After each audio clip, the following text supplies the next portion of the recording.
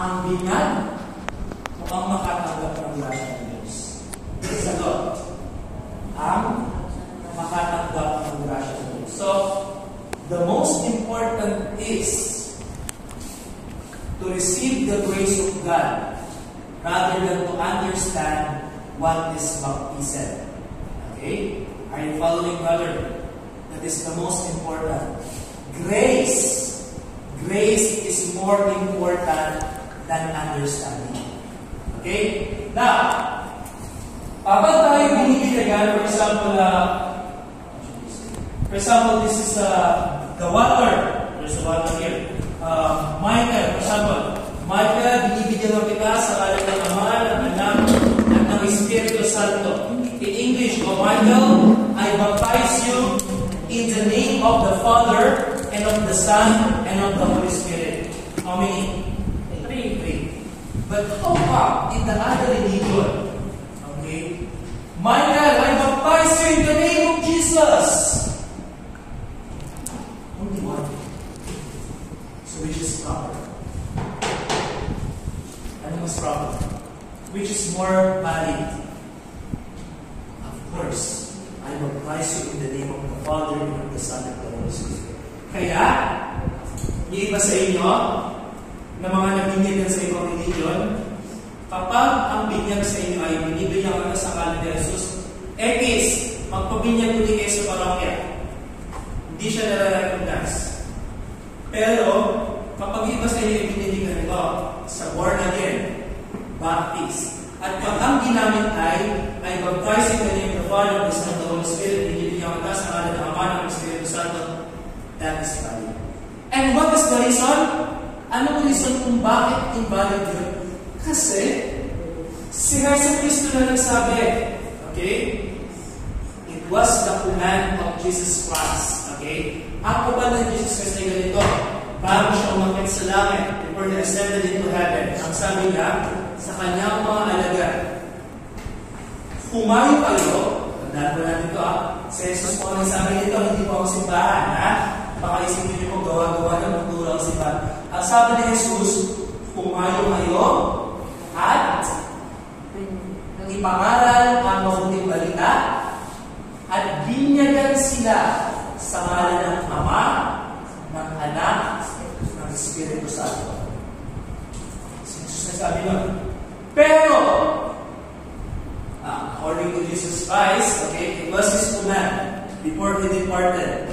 And Jesus Christ said to His disciples, baptize them in the name of the Father, and of the Son, and of the Holy Spirit. 3.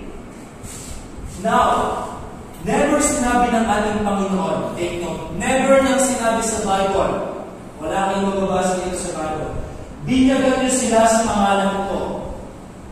Binyagan niyo sila sa pangalan ni Jesus, wala. And therefore, bilang Christian, we have valid baptism. Bilang isang Kristiyano, legit ang ating baptism sapagkat yung baptism natin ay naggaling sa Bible. Okay po ba? So, ngayon, yan na po na yung salang original kanina, yung original sin, yung bunga ng pagsuway nila Eva at Adan. Ano po ba ang mas proper? Binyag or bautismo? Actually, parehas lang po yun. Ang pinagkaiba lang ng bautismo ay inilulublob sa tubig.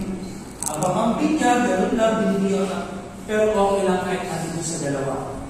Kahit ilublob ka sa tubig, or basahin ka ng tubig, walang problema.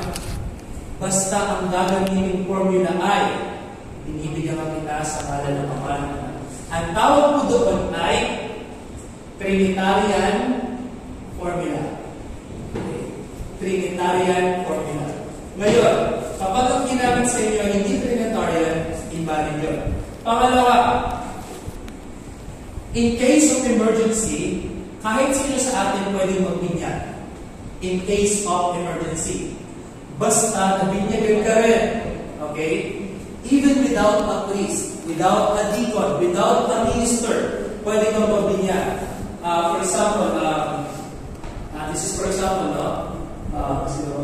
For example, dalawa kayo, magkaibigan, tapos nasa isang malayong pamiyasan, tapos nagkaroon ng aksidente, huwag naman sana, tapos kung naghihingalong ka na, walang kapari-pari doon, nag-express ka ng willingness, I want to be baptized. Gusto kong maging Kristiyano. Ikaw bilang Katoliko at mabinyagan, basta may tubig, take note, as much as there is a water, you can baptize. Take note, gagamitin nyo lang ang Trinitarian. Binibigyan kami ka sa ngalan ng Ama ng Anak ng Espiritu Santo. Valid na yun. Okay ba? Valid na yun.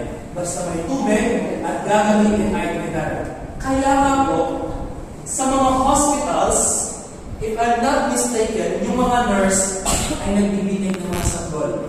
Yung mga naghihingal na. Valid po yun. Basta ang magbibinyag ay nabinigin din. So, klaro po ba, mga bata? Naiintindihan po ba? Naiintindihan po ba ninyo kung gaano kayaman yung ating pananampalataya? Yan. Proceed po tayo dito. Kaya sinabi ko na ay bunga ng pagsuway nila ay pagdatan. Okay? Mga simbolo ng binyag. Bakit tubig?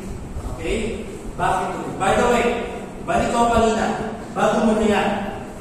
Kaya ang sinasabi natin, after natin mabinyagan, anong mga greetings natin? Once we are baptized, how do we greet each other?